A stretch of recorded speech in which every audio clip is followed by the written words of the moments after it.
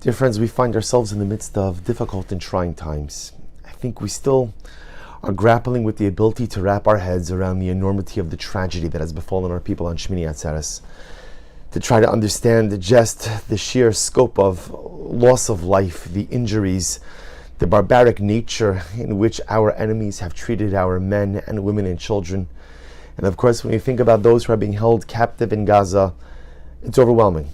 It's overwhelming. It's difficult. Some things, as much as you would think over the last 2,000 years that we've become adept at dealing with tragedy and catastrophe, things happen which seem to defy comprehension, in which we just can't make sense of. We cannot even get it straight in our head.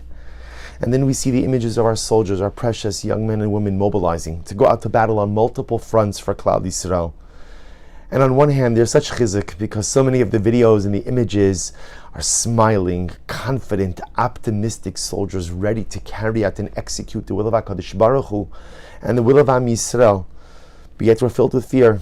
Behind every one of those soldiers is a family, potentially a wife and children, a mother and father, siblings, friends, who are going to spend sleepless nights wondering about the whereabouts and the welfare of their beloved Chayav, their beloved soldier. And for us, the Jews in the diaspora, we often feel so helpless. We're 6,000 miles away. What could we do? What could we do? And we know the power of tefillah, the power of prayer. We know the power of tshuva, the power of utilizing these dramatic and traumatic events to affect a personalistic turnaround. We know the power of tzedakah, the ability to give of ourselves materially, to be able to help the whole multitude of events unfolding in Klal Yisrael. But I want to share with you something else that's also important. A response that is incredibly important during times of difficulty for Am Yisrael. And that is the power of a Kabbolah, of taking something upon yourself, of pushing yourself to do something additional, to rectify something, to address something. You know, so many of us walk around life, and I know that there are things that are broken inside of me. I'm fully aware of what I have to fix. I just haven't gotten around to doing it.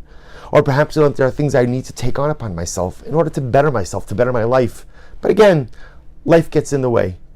A Kabbolah means I accept upon myself a particular behavior. I accept upon myself to do something. I accept upon myself to stop doing something. But I accept a heightened level of personalistic responsibility, of behavioral responsibility upon myself.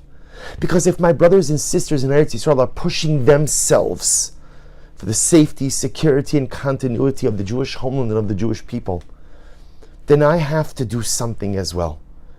To make a Kabbalah, to accept something upon myself, to live differently, to act differently, to behave differently.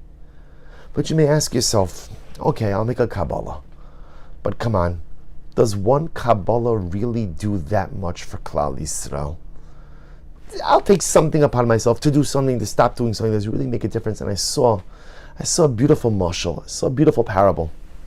If you could imagine, a person has a chandelier in their home. And if you look up on the ceiling, the chandelier is attached to the ceiling, and it's attached by a bolt. One bolt holds the chandelier into the ceiling. Well, imagine for a moment, someone comes over to the chandelier and goes and undoes the bolt. And you say, stop, don't do that. The person says, what's the big deal? It's only one bolt. One bolt, what is one bolt going to do? And meanwhile, you know that it's that one little bolt that holds up the entire chandelier. And the nimshal, the message is so profound and so palpable, that sometimes it's that one little bolt, that one little Kabbalah, that one little thing that I take upon myself, that one little thing you take upon yourself. That's the thing which holds up the chandelier. That's the thing which creates such beautiful holy luminescence for all of Klal Yisrael. When you look at it by itself, it's one bolt.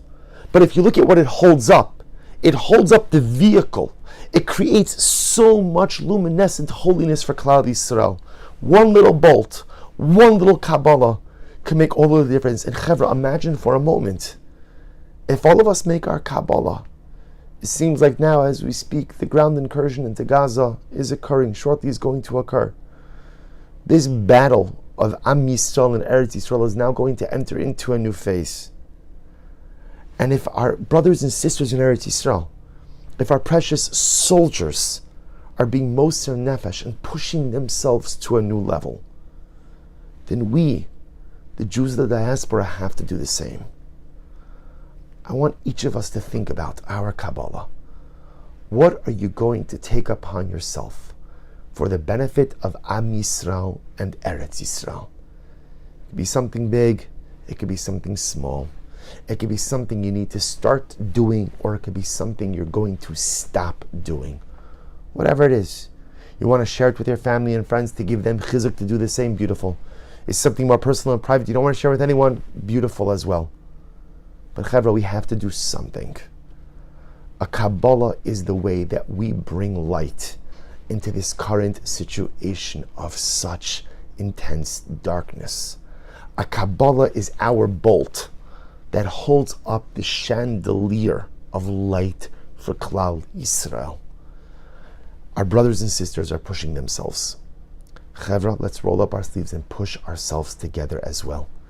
And may the light of our combined Kabbalahs, may the light of our new levels of personalistic behavior usher forth from inside each of us, combine together, and create beautiful lights for all Klal Yisrael.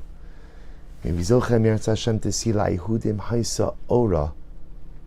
Let Klal Yisrael have light. But that light doesn't just come by itself. That light has to be created and reflected by us. May we be zochem Yirtzeh Hashem to live up to our potential. May we zochem Yirtzeh Hashem to push ourselves a little bit more. May we zochem Yirtzeh Hashem to make our Kabbalahs, and may we be zochem Yirtzeh Hashem to bring light to our nation.